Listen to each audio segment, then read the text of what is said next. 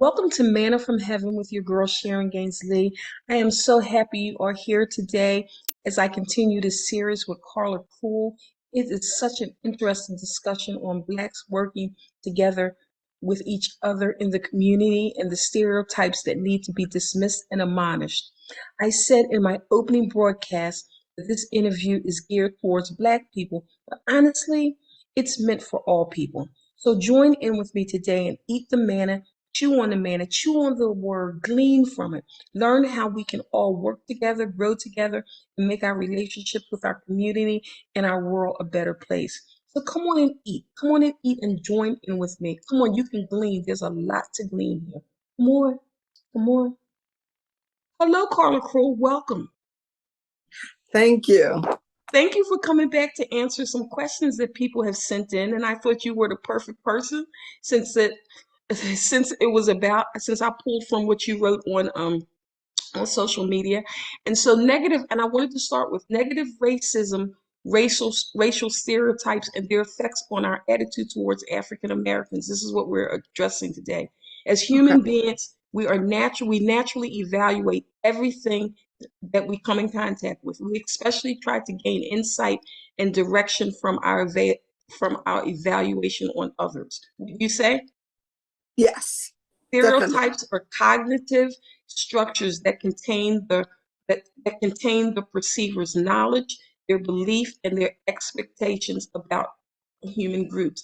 And there were stereotypes throughout history, Carla. You would know this. We had stereotypes about Jim Crow, Sambo, and Jemima Sapphire. That was a movie in the 1950s that depicted a Black woman as being bold and bossy and just aggressive.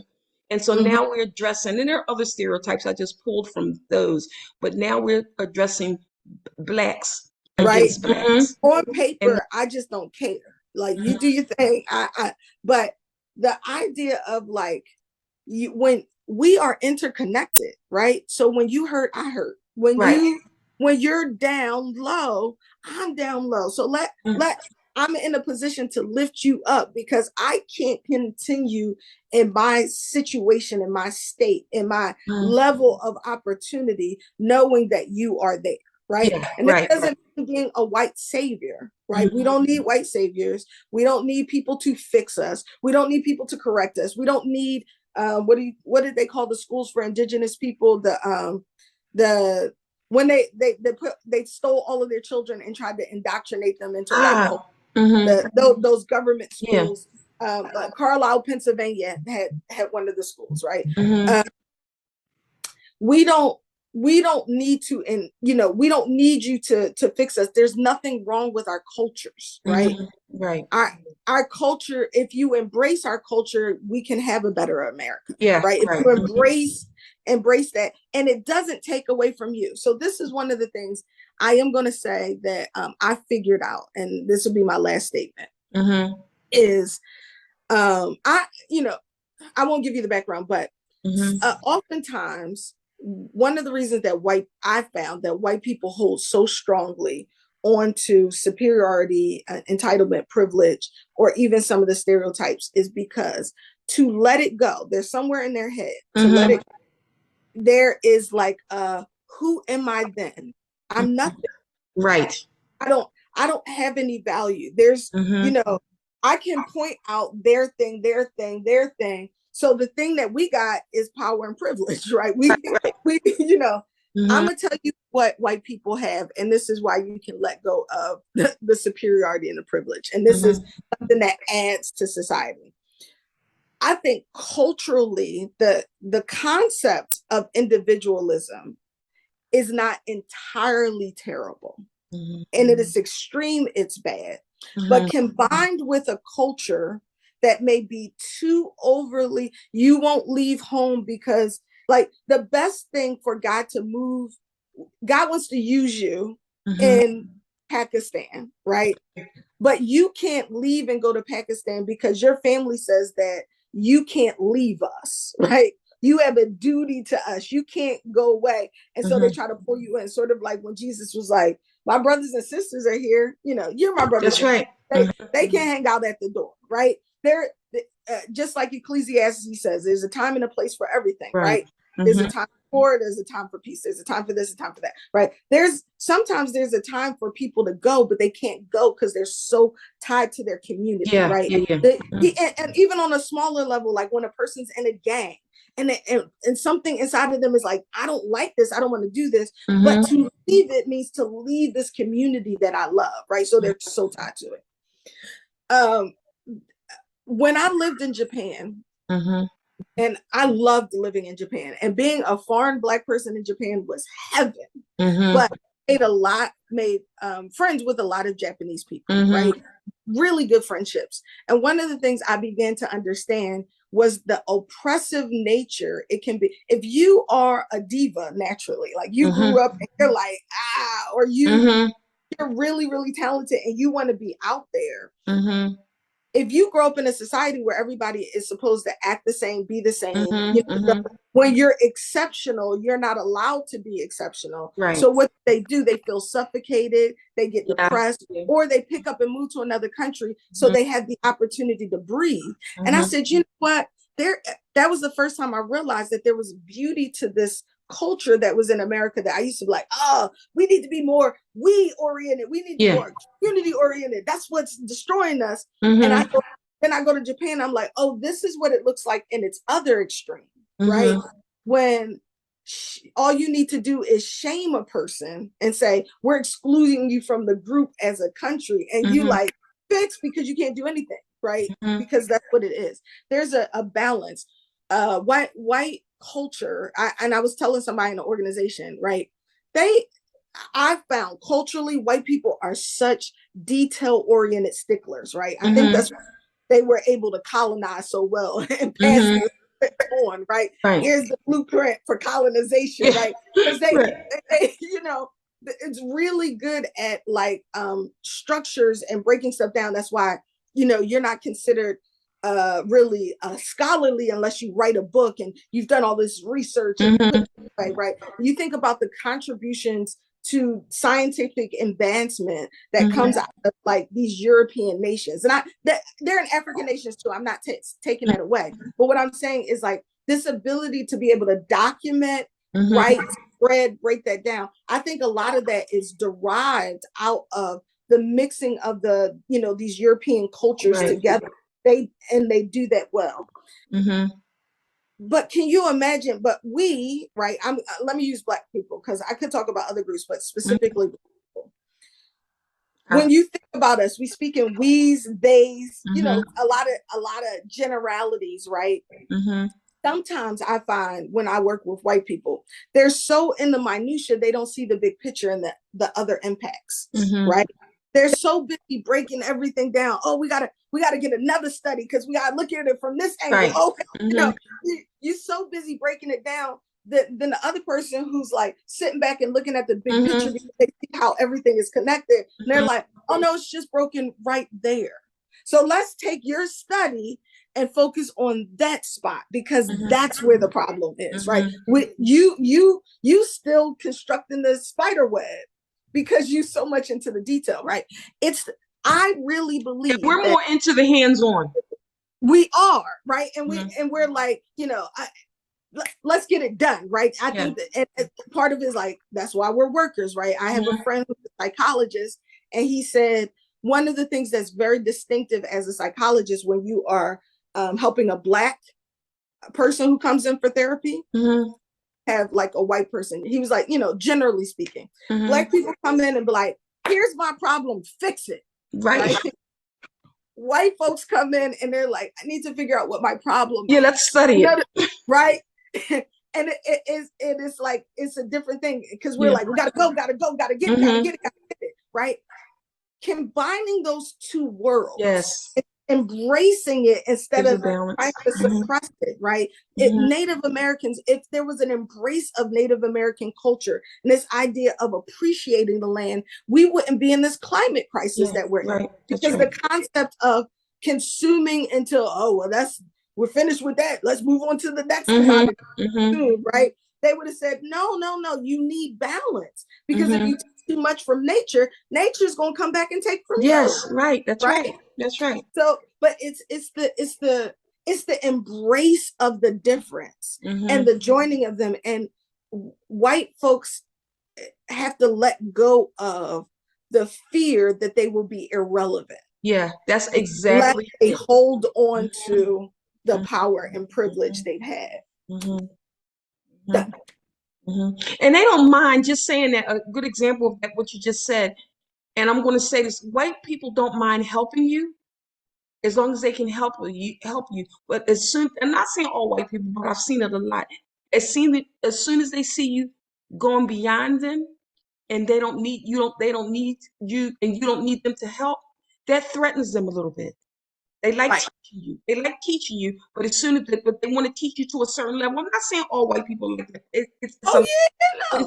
as soon as they see you going ahead and getting ahead, and it's like, wait a minute, we need to pause on this because I like to help you and I like you as long as you are a little bit beneath me. But they won't say it like that. But think about how that totally makes sense in the infrastructure of what slavery was, Mm-hmm. right? So you had we think of like white man slave owner, but we Mm-hmm. forget it was a white man that was a slave owner, Right. but it was poor white folk who used to be indentured servants who now got elevated just slightly to Yeah. become an overseer, Yeah. right? But Mm-hmm. but guess what? They still living in nasty quarters. They still not really getting any money. They still struggling, but it's like, but I'm not the slave, That's right? right. But I get to whip the slave. And it's Yeah. like, Right. but, but you do know you still call him master, right? You do know that you can't live without him neither, right? And you're You still benefiting him. right. Yeah. Mm-hmm. You are knocking me down when if you and I join, this will be our land, buddy. Right? Yes. Yes. Yes. We, Yes. but that's the narrative. Like that's why Mm-hmm. it's so important. I think that's why the news, every time something is going on with the stock market or economy or anything like that, all of a sudden some race thing drops in the news. Mm-hmm. Oh, so and so. Like I think that I said this before. I think that George Floyd thing went further than expected, but Mm-hmm. I think it dropped. Black men get killed by the police all the time. Yes. This stuff gets recorded and does not get leaked. So, Mm-hmm. or it doesn't get played on the news, right? How Mm-hmm. many times has somebody been beat and somebody probably sent that video to a news station? Yes. Right. But the Exactly. news station chose to perpetuate it when it did. Same thing with Mm-hmm. Trayvon. There was crazy stuff going on in the Supreme Court. There was crazy stuff going on in Congress. So all of a sudden we hear about Trayvon Martin and what happened Mm-hmm. to him. It's up in our right. Yeah. And the Right. Right. white Right. people are like, "You're going to take away our power," and the black people are Mm-hmm. like, "Give us something. We don't want to take it away. We just want more than what we have," Right. right? That's And right. so everybody's yelling about that, and they all got distracted because that was the goal, right? If if these white people, every white person who's ever said, "I don't understand why they say I have privilege, my life has not been that good," right? They say that my life, white people's life is better than theirs, right? That person right there, Mm-hmm. you're probably right. You might be living a crappy existence in the United States of America. But why are you looking at the person of a different color and being mad at them when they don't have power over your circumstance? Right. Why That's not be right. mad at the master Yeah. who Yeah. didn't free you, who Mm-hmm. doesn't pay you for the service that they give? You're working off a debt that they say that you owe. And Yeah. so you got to be like, if the slaves, if can you imagine if the overseers were like, "Yo, they got both of us and that can't keep us all down, and we can go over to the other Mm-hmm. plantations. We're gonna tell the other overseers Yes. that Yes. we all joining together because enough is enough. Mm-hmm. We get rid of our debt, right?" And they'll be like, Mm-hmm. "Oh, but England would have come in. They wouldn't have been there fast enough on the little ships that Hello. get over. They wouldn't have got Mm-hmm. there fast enough, right? Mm-hmm. They didn't. Their armies could not have gotten there as fast, Right. if they had Mm-hmm. joined together. But that class of poor white people, right? You exist at a level to maintain the inferiority of the other groups. Right. You keep this is what Donald Trump did. Donald Trump catered to a group of people who were struggling, Mm-hmm. right? He told them whatever they wanted to hear so they could be the gatekeepers to keep the other ones out, Yes. Who he cared right? nothing about before. He don't care nothing about that bottom Mm-hmm. row Or people. now. Never did, Mm-hmm. never will. No, But that's exactly right. he will capitalize on their pain. He will Mm-hmm. capitalize on their hurt for his benefit, Yes. right? Yes. Yes. versus you had someone like Dr. King, and he was assassinated when he went to the overseer and said, listen, this is crappy for you. This is crappy for us. Yes. This is not working for either one of us. Let's flip this thing upside down peacefully, because it's more of you than it is of them. It's more of us with you than it is of them, right? Yeah. We have the group. They will have to change the rules. Yeah. When Dr. King said start working with Dr. King and Fred Hampton are two perfect examples of people who joined with the lower class whites and said, we want you to realize that we are fighting the same fight together. Convince them. And when they started coming over, they were murdered. Right. That tells you that that's the secret, that's the counterculture. Don't fall into the trap, right? If they want you to hate, then love. Yes, right, exactly. If they want you to love that celebrity, you need to question it, right? Right. Why, right? Why do they want you to love the celebrity? What is this person pouring into you, right? Why do we have so much reality TV right now? Why do we have so many fake conversations about race? They'll talk about, oh, what are you putting into the schools, right? So it's a us versus them conversation versus, you know what? We are behind so many of these other nations have issues, right? England obviously has a color issue too. For sure. But what's interesting is we are all immigrants in this nation, right? All of them, except for the people who lived on this land. We were stolen. We ain't asked to be here, but we were stolen. We got to be here.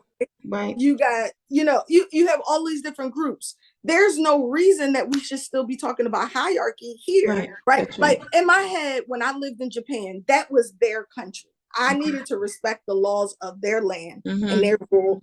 And they were Japanese. I am not. Right. Right. Their rules. Right. America, we're all mutts. We're all immigrants. I mean, not mutts. We're all. Okay, we'll finish it. You're still slow. I say something? Okay, we'll finish it up here. But this is so good. Okay, go ahead. Yeah. Keep going. You remember where you were? Oh no, it actually was the last word I was going to say. Okay, well, just finish. Just sort of end it. I want you to end it. I'll come in. I don't know how to. Well, hold on. Okay, what was your sentence? Where were you? Where did you leave off? Hold on. Okay, let me look here.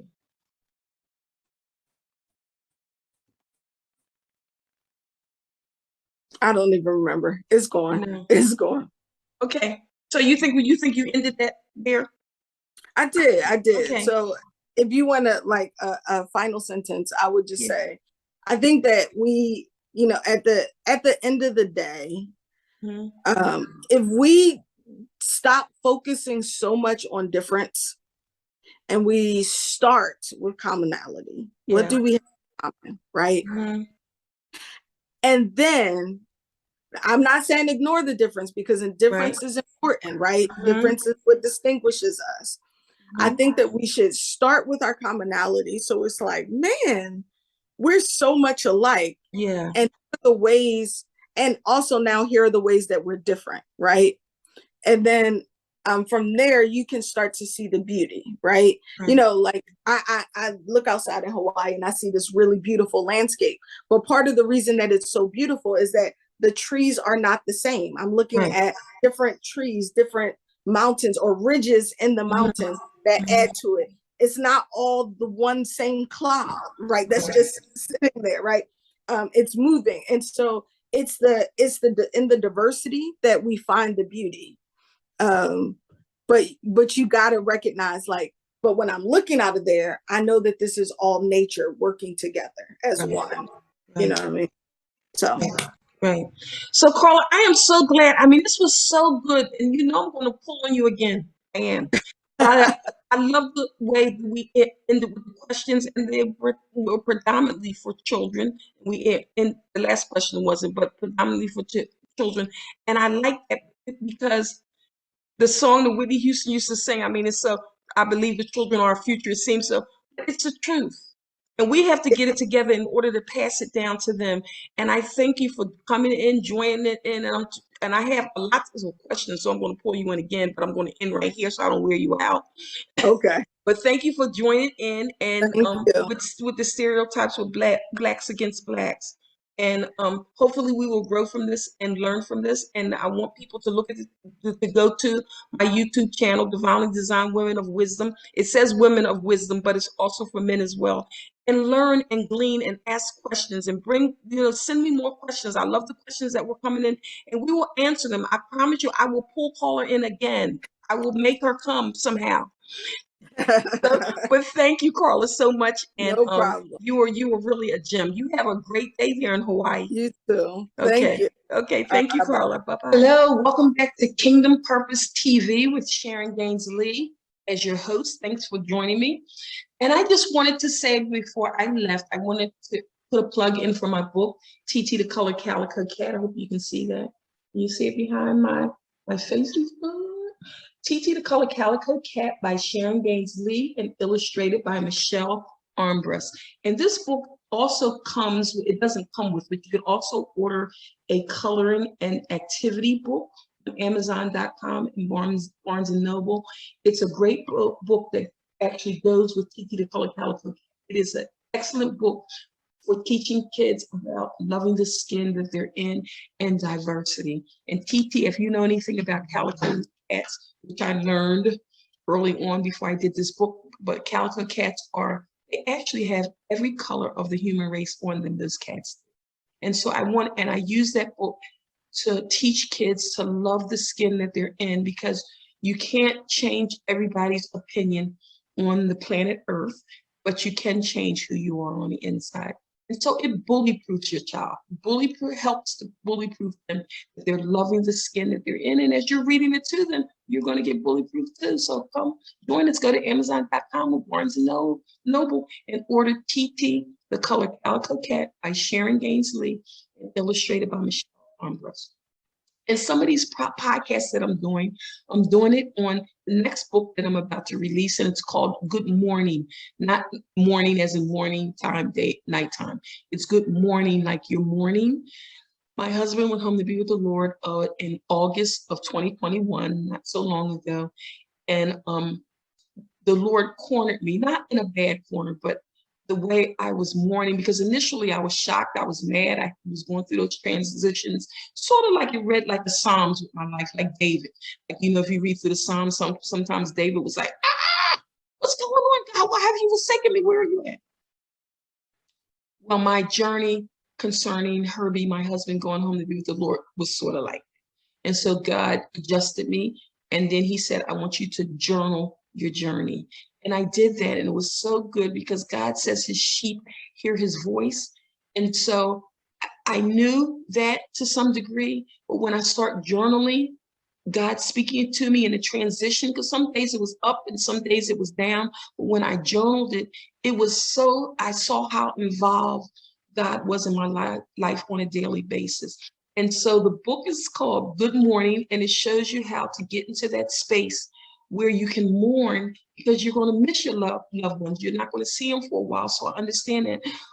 But knowing where they are and knowing what heaven is and knowing that it's not La La Land or Alice in Wonderland or Harry Potter, it's a very real place, and Earth was actually taken out of it. But getting some details from the word concerning heaven makes it so apropos. Makes it so good, makes it so practical and so realistic in how you mourn, because you're not just figuring this thing out or making stuff up. I'm not saying Herbie's an angel looking at, no. Angels are angels and Herbie's Herbie. When I get to heaven, I'm not going to meet my husband as the angel. I'm going to meet my husband as Herbie. And so I journaled my whole journey with that. And it's going to be it's a collection that we've placed inside of a book called. So look out for that. Join my podcast on Wednesdays at 11 o'clock on Kingdom Purpose TV. Wednesdays at 11 o'clock a.m., let me say that, on Kingdom Purpose TV. and we'll be talking about good mourning, because if you ever lost a loved one, or mourning is not just pertaining to death either. Mourning, you can mourn because you're empty nester and your kids have gone off to college or they got married and it's just you and your husband, so you go through that period of mourning. Or you can mourn because you don't have enough finances. You can mourn because, there's various reasons that you would be tempted to mourn in. And so we need to know how to mourn properly, that we're getting, like my father used to say, we're getting the butter from the duck. So we're learning how to do it properly so that it's an advantage and not a disadvantage. Like things like when God says, when your mother and father forsake you, God will take us up. We need to know how to apply those things and how to believe God in what he's saying. So join me on these podcasts. We're going to have a lot of fun. We're going to talk about a lot of things that we didn't always talk about in the church because we had to pretend like we believed everything, or, whatever. But join the podcast with me, because we're going to keep it real and we're going to have a lot of fun. So thank you. Bye-bye.